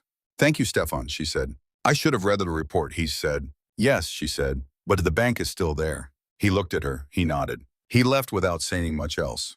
She thought that would be enough. It was enough. Ardeen Dunford came in October. She drove up alone and she brought a loaf of pumpkin bread that she held with both hands when she got out of the car. Wren had not forgotten the Saturday 2 years before when Ardeen had stood at the Creek Bank and asked whether she was all right, whether she was managing, whether the women at church were worried about her. She had not forgotten the particular quality of that concern, which was the quality of concern that looks for weakness and calls it kindness. She was also a woman who did not hold things past their time. She took the pumpkin bread. She invited Ardeen in. They sat at the kitchen table and Ardeen told her that Aldous had been different since the flood, quieter, more deliberate. She told her that he had read the 47 pages in 2 evenings and then read them again. She told her that he had ordered planting slips from the Georgia supplier the same week and was planning to put them in the ground in April. He talks about your bank, Ardeen said. Not every day, but sometimes. He'll be driving past and he'll slow down and look at it. Wren poured more coffee. He should look at it, she said. It's worth looking at. Ardeen was quiet for a moment. Then, I said something foolish to you on a Saturday 2 years ago, when you were planting. Wren did not hurry to fill the silence. I was condescending, Ardeen said, about whether you were managing, about needing someone to help you think. Yes, Wren said, you were. Ardeen looked at her coffee cup. I'm sorry for that. I know you are, Wren said. It's done. They sat with that for a moment. Outside, the October light was long and flat across the orchard, and the pecan trees were heavy with their late harvest. Professor Haverstock's literature review was published in a peer-reviewed journal of soil science in the spring of 1995. It included a section on vetiver applications in temperate North American climates, with a subsection citing the World Bank report, the Extension Service newsletter piece, and Wren's 19 measurement records. It was not the kind of publication that made news in Hartwell County, but it circulated at Iowa State, and from there it moved through the network of extension agents and USD, a soil conservation specialist, in the way that documented field results move when they answer a question that people have been asking without quite knowing they were asking it. Crispin Storrow read the published paper in his first semester of graduate school and called Wren to tell her about it. She already knew. Haverstock had sent her a copy with a handwritten note that said her measurement notebooks were, in his experience, among the most carefully maintained field records I have encountered from a private farming operation. She had put the note in the manila envelope with the World Bank report and the rubber band. By the late 1990s, vetiver was showing up in Extension Service recommendations for creek bank stabilization in Iowa, Missouri, and Kansas. By 2000, it was in the USDA's Natural Resources Conservation Service database as an approved plant material for use in riparian buffer applications. None of the database entries mentioned Waverly Callaway by name. She did not expect them to and did not mind. The grass was in the ground. The data was in the literature. The bank was still there. The diner in Hartwell discussed Wren Callaway's bank 3 times in the 2 years after the flood. The first time was the week after the water went down, when Harlan Greer described driving past the east fence line and seeing the 2 banks side by side. The table was quiet while he described what he saw. Harlan usually had to work to hold the table's attention. This time, the table held itself. The second time was in November after Lachlan Doyle's newsletter piece came out. Earl Biggs read the part about the $60 out loud. There was a silence at the table that Earl was not quite sure what to do with. Ray Dempsey said $60, and that was the extent of the commentary because there was nothing useful to add to $60. The third time was in the spring of 1994 when word got around that Aldous Dunford and Roscoe Storrow had both ordered slips from a Georgia supplier and put them in the ground on a Saturday in April. 3 men at that table drove home that morning thinking about $60 and 2 Saturdays, and 2 of them called the extension office before the week was out. There was a thing that happened in the Hartwell County diner in the spring of 1994 that Wren did not witness but heard about from Ardeen Dunford, who had been there when it happened. A man named Harold Quince, who farmed 180 acres along the Little Monteau and had lost a section of drainage bank in the August flood, came into the diner on a Tuesday morning and sat down at the table and said he had been to the extension office that week and talked to Lachlan Doyle about the vetiver and had placed an order with a Georgia supplier. He put the supplier's name and address on a napkin and passed it around the table. 3 men at the table wrote it down. None of them said much about it. They said the price sounded reasonable, which it was. They said the spring planting window was coming up, which it was. One of them said he'd heard from his brother-in-law in Missouri that people down there were doing the same thing after the flood damage in the river bottoms. The table agreed that this made sense.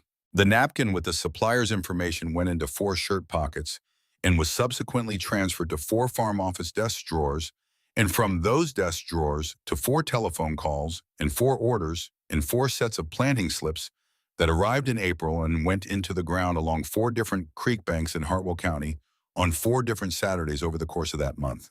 None of these 4 men had stood at Wren Calloway's east fence and looked at the 2 creek banks side by side. None of them had read the World Bank report. They had heard about it in the particular way that information moves in farm communities, which is mostly sideways and imprecisely and without attribution, and they had acted on what they heard, and the grass was now going into the clay along 4 more miles of Hartwell County Creek banks, which was the outcome and always had been the point.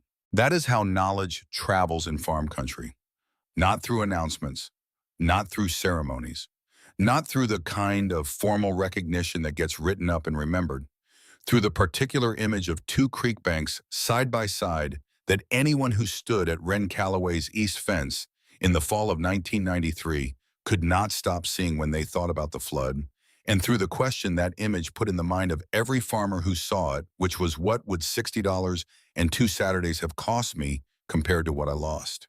That question had no comfortable answer, which is why it stayed. In Tuesday conversations at a diner table and phone calls to the extension office, in slips ordered from Georgia that arrive in a manila envelope 6 weeks after you mail the check. 1 Saturday at a time, 1 creek bank at a time. In March, Roscoe Storrow called as she had told Crispin to tell him to do. She walked the remaining section of his bank with him on a cold morning, the 2 of them moving along the creek edge while Roscoe marked the line where the new planting would go. She helped him calculate the quantity of slips he would need for 400 feet of double row. She gave him the Georgia supplier's number. She told him the roots would reach 8 feet by the 3rd year. The bank would not need anything else. The establishment cost was $60 per 300 feet of hedge. Crispin was with them for part of the morning, quieter than he had been before, with a different quality of listening. He was going back to Iowa State in the fall to pursue graduate work in vegetative soil conservation methods. Professor Haverstock had offered him a position in the lab. Roscoe ordered the slips in the first week of April. Aldous Dunford had already ordered his. Aldous planted his 300 feet of vetiver on a Saturday in April of 1994, the week after Roscoe put his 400 feet in. He worked alone because he wanted to do it himself, which is a thing men sometimes want when they are setting right something they should have set right before. He worked with a spade and a bucket, the way Wren had told him, the way Wren had worked it 4 years earlier on a Saturday in April, when he had driven past in his green half-ton and told himself it was a waste of time. He set each slip at the measured 18-inch interval. He pressed the clay around the roots with his palms. It was slower than he expected, slower and quieter, and more physical than he had expected, the kind of work that gives you time to think about other things while your hands are occupied. He thought about the fence line in September, the 2 banks side by side. He thought about the 47 pages he had read twice. He finished in the early afternoon and walked the row once, looking at the small green slips going into the clay. 3 years from now, the roots would be 6 feet down. In 3 years, this bank would hold against whatever Bitter Creek could bring. He drove home. He washed his hands. He called Wren. "I put them in," he said. "Good," she said. 300 feet, 18-inch spacing double row, same as yours. "Good," she said again. He was quiet for a moment. "I should have done this in 1990, he said, "when you were putting yours in." "Yes," she said. "I know," he said, and he hung up. Wren was in the orchard that Saturday doing the spring walkthrough of the production trees. She did not go to the creek bank to watch. She did not need to. She could hear the work being done. The sound of a spade in clay and a bucket being set down and boots moving on wet ground was a sound she knew well.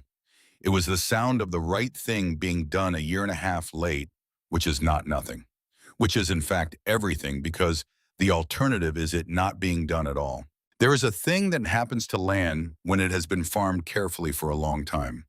It becomes specific, not just in the legal sense of parcel numbers and deed descriptions, but in the physical sense, specific soil structure, in specific sections, specific drainage patterns, specific tree root systems in specific spots, specific bank angles along specific creek curves.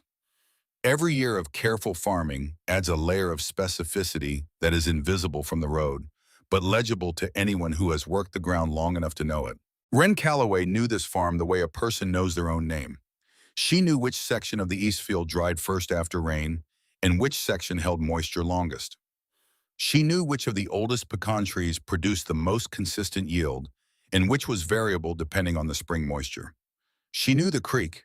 She knew the angle at which it hit the east bank when it was running high, the way the current shifted, when it was above a certain level, the particular spot where the bank face was most vulnerable, and the spot where it was most protected by the angle of the bend. She had walked this ground every week of every year for most of her life, and the ground had walked itself into her in the way that ground does when you give it that kind of attention.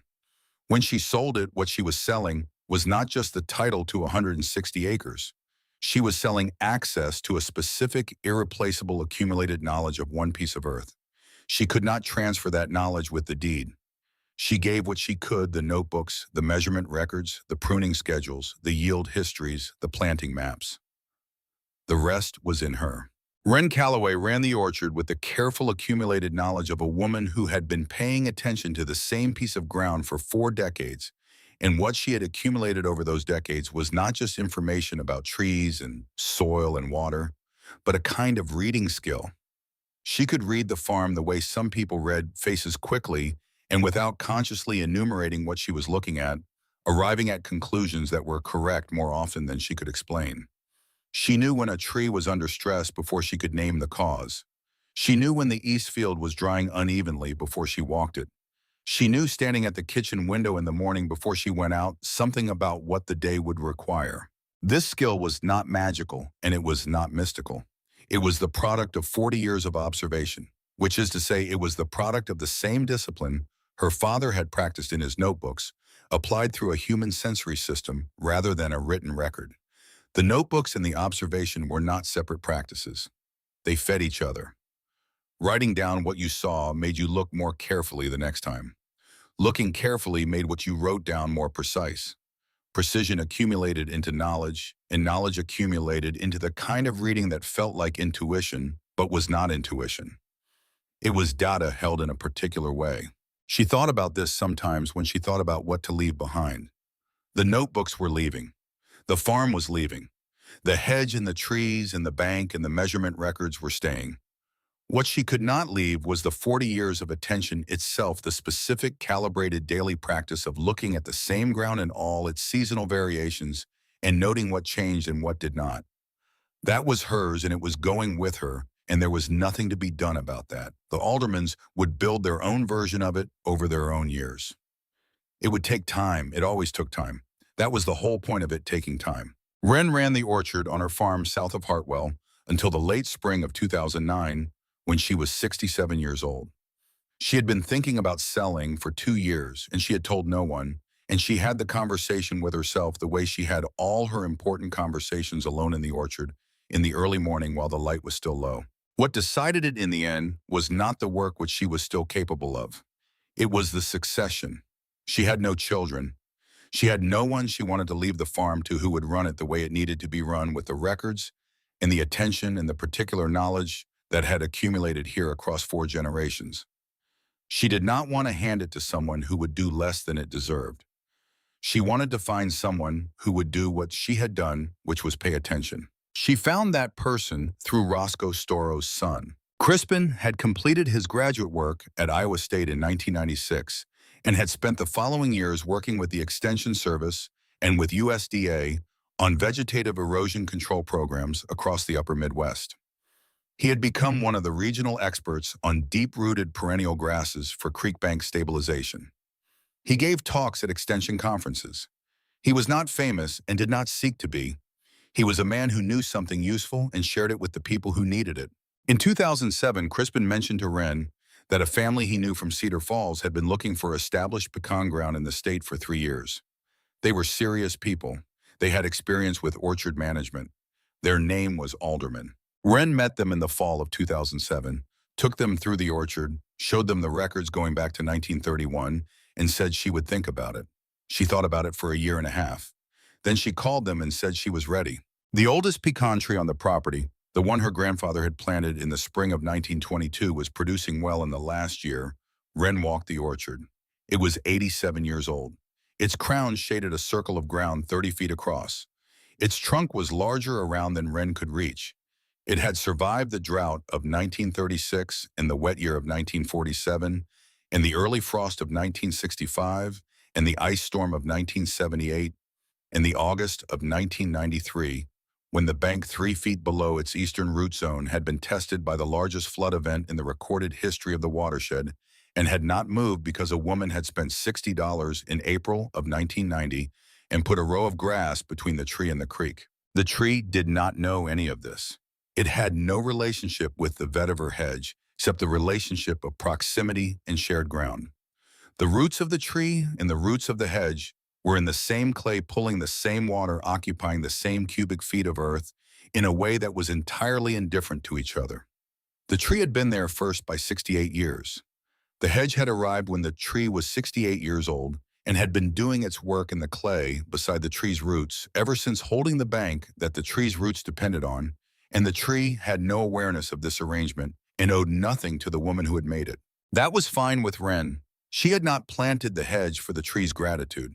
She had planted it for the bank, and the bank had held, and the tree was still there, and that was the whole of the arrangement. She put her hand on the trunk of that tree on the morning of the closing in May of 2009 and stood there for a moment the way she had stood there on mornings after the flood, after hard winters, after dry summers, after the spring, when Fitch died and she had walked the orchard in the first week of her widowhood and touched each tree in turn and felt the particular steadiness of something that had been growing for decades and intended to keep growing, regardless of what happened to the people around it. The tree was steadier than she was. That was what she needed from it, and it provided it without knowing she needed it, which is the best thing a tree can do. The sale closed in May of 2009 on a clear morning that smelled like the creek bottom in spring, which is a smell Wren had been breathing her whole life and which she associated with everything she valued. She walked the property one final time with the aldermans before the paperwork was signed. They went through the orchard row by row, and she told them about each section the trees her grandfather had planted in the early 1920s still in full production. The trees she had planted in the early 1980s, now at full production, the spacing she had chosen and why. The pruning schedule her father had developed and which she had modified in the 1990s. They walked to the east fence. She showed them the vetiver hedge 19 years in the ground, now so thick and well established that the individual plants were no longer distinguishable as separate things, just a continuous wall of stiff dark green along the bank edge waist high and impenetrable as braided wire. The man from Cedar Falls looked at it and asked what it was. She told him. She told him where it had come from and what it did in the ground and how she had planted it and what had happened to the banks on either side of it in August of 1993. She showed him the measurements in her notebook, going back to 19 years of readings from 4 stations along the hedge. She pointed to the bank above the hedge and to the bank below the hedge and showed him the difference that was still visible, the slight upward slope of the bank on the upstream face where sediment had deposited for 19 years, the intact clay behind the hedge, the notch still faintly visible in Aldous Dunford's ground to the north, where the flood had taken the field edge off in a single night. The woman from Cedar Falls asked if the hedge required maintenance. Nothing, Wren said. It does its work underground. Just leave it where it is. They walked back to the farmhouse for the closing. At the kitchen table with the papers laid out, the man from Cedar Falls looked at Wren and said, "Where did you learn about this grass?" She looked at the kitchen shelf. Her father's notebooks were there, 31 of them, all the years from 1948 to 1978, in a row on the shelf where they had always been. She was taking them with her. She had made that clear from the first conversation. "My father showed me when I was young," she said. "He was the kind of man who paid attention to things. He had a question he never quite got to answer." The man waited. "He wanted to know if roots could go deep enough to hold against water," Wren said. "I found out they could." She signed the papers. The farm passed. She took the notebooks. She took the World Bank report, still in its manila envelope, with the rubber band the pages soft now from years of handling.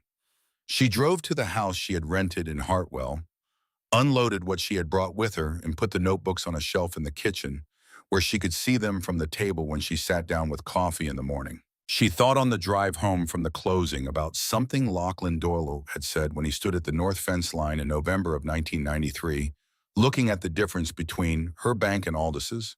He had said the data was here all along. It was just in her notebook instead of in a published source. She had said the data was in her father's notebook before that. And Lachlan had been quiet for a moment and then said, "How many of those notebooks are sitting on shelves in this county that nobody has read?" She had no answer for that. She suspected the number was larger than either of them wanted to think about. She suspected that this was true in every county, in every farming state in the country, and that the cost of those unread notebooks was enormous and unmeasurable and spread across generations in ways that made the arithmetic invisible. In the years between selling the farm and the morning Aldous came to her kitchen, in 2009, Wren lived in the rented house in Hartwell and did what she had always done, which was pay attention. She tended a small garden behind the house. She kept her notebooks. She read. She drove out to the farm twice a year to look at the orchard. The aldermans let her come whenever she wanted. She walked the rows of pecan trees with the careful eye of someone who had known these trees for 40 years. The vetiver hedge was still on the bank. She walked it on each visit, not measuring but looking. The hedge was 19 years old and it looked permanent, which was what vetiver looked like when it was doing what vetiver did. It looked like it had always been there. It looked like it intended to keep being there. She thought sometimes about Everton Bartholomew, the man from Jamaica, who had stood in a conference room in Des Moines in 1961 and shown slides to a room full of Iowa farmers. She thought about what she would say to him if she could, that a farmer from Iowa had sat in the back of that room and listened to everything he said and written it all down, and that his daughter had found the notes 30 years later and done something about them, and that the bank was still there. She thought that would be a satisfying letter to receive. Aldous Dunford came to see her in the fall of 2009, a few months after the sale. He was 70 now, and his son ran the North operation, and he came to her kitchen table with coffee, and they talked about nothing important for a while, and then he said what he had come to say. "That bank of yours," he said, "the aldermans have it now." "I know." He held his cup. "I drove past it last week. Hedge is as thick as ever." "It'll outlast us both," she said. He nodded. He was quiet for a moment. "I think about the fence line sometimes," he said. "August of '93, standing there looking at the two banks." She waited. "I've thought about it more than anything else I can remember from farming," he said.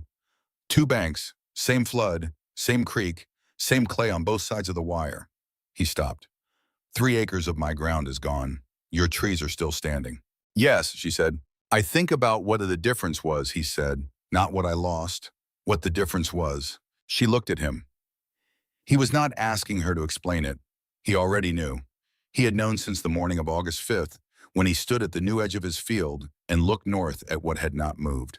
"It was $60, he said, "and whatever that grass does in the clay. And what my father showed me," she said, "in a report from the World Bank. And 2 Saturdays. He nodded. "That's the whole of it," she said. They sat with that for a while, the two of them, a woman who had planted something and a man who had not, and neither of them needing to say anything more about what that meant, because it had been said completely in the August of 1993 by the creek itself in the only language that the land finally speaks, which is the language of what holds and what doesn't. The notebooks are on the shelf. The hedge is still on the bank. The oldest pecan trees planted in the 1920s by a man who believed in paying attention to the ground are still in the ground. Their roots 12 feet into the creek. Bottom soil to soil still there, because Waverly Calloway spent $60 in April of 1990 doing the work that nobody around her understood until the flood came and made understanding impossible to avoid. There is a particular kind of patience that farming requires that is different from ordinary patience. Ordinary patience waits for something to arrive. Farming patience waits for something that is already working to finish working, which requires a different relationship with time, because you cannot hurry it and you cannot slow it. And the only thing you can do is keep doing the right thing and trust that the ground is doing its part. Wren had learned this kind of patience from her father, who had it from his father, who had cleared and cultivated and watched that creek bottom ground through dry years and wet years and years, when the market made the work economically irrational, but the ground was still there and still needed tending. Ellsworth Calloway had planted vetiver in his cornfield in 1962 and watched it for 3 seasons before he was certain it was working.